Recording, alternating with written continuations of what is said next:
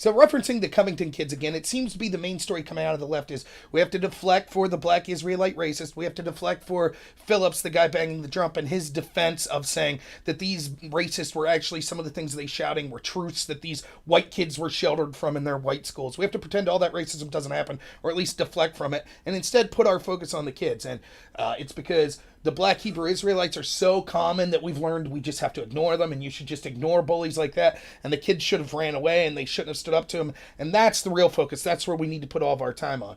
So I just want to know, given that this is now the new stance from the left, and this isn't just random people on Facebook, these are blue checkmark type people involved in public dialogue. That's what they're saying. Well, we should have just ignored.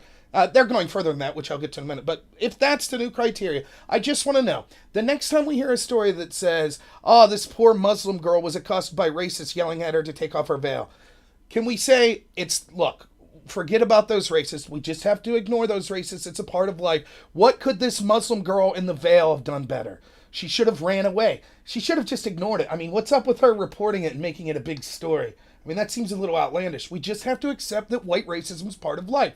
Or the next time, perhaps we'll see a swastika painted on a black dorm or something like that. Why are these kids at these black dorms reporting these swastikas? White racism's just a fact of life. We just have to learn to accept it. It should be ignored. By not ignoring it, they're escalating the situation. We need to heavily look at what these black students were doing in this black dorm to see what kind of could have led to the escalation of this swastika. They should have just ignored it and walked away. Don't use that bathroom if they paint the swastika on that bathroom stall. Go somewhere else. You're leading to a confrontation by being there. Or maybe we'll have some high school students, some black high school students or Hispanic high school students, and maybe some racist scumbag white bag will start yelling at them to go back at their country or something like that and screaming at them. We just have to live with those racist scumbags. It's okay. We should ignore them. Don't these kids know better? It's just a part of life. We accept and ignore them.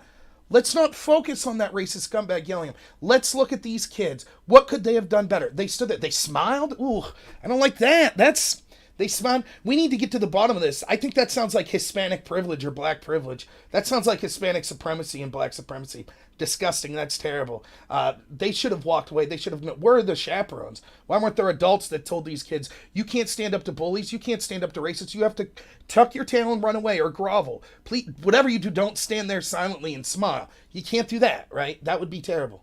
That's the lesson, right? So remember that the next time you hear the left when they're shouting, hate crimes under trial. Oh, did you see how many hate crimes went up? People were saying vile things to minorities. Wait a minute, I thought we just had to ignore this. That's just part of life.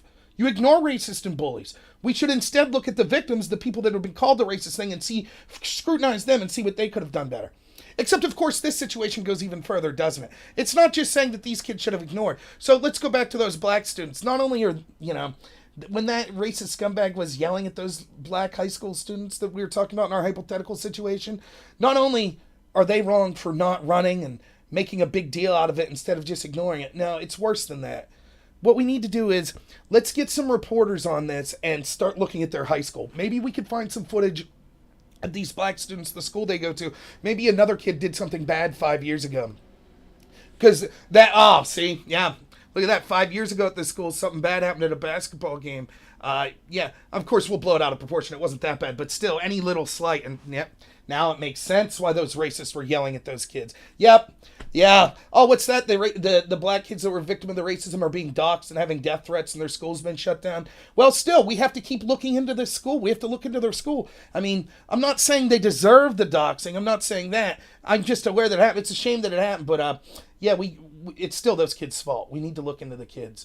They're I hate to say it, but it was like they're racist by standing up to those racists. It was a really bad thing. So just remember that the next time you hear about hate crime stats. Now it's the official status of the position of the left that we just ignore racists. We don't deal with them. No counter protest. No need to keep conservatives off campus. No need to have rallies saying everyone's a Nazi and they shouldn't be allowed to speak. We just ignore racists now, and it's their fault if they don't ignore the racists. That's the new stuff. So no need to talk about hate crimes or things like that anymore. That's the position of the left now. So. All right, if you like this video, like and subscribe. I'll probably be doing a live stream around noon tomorrow. All right, thanks. Have a good one.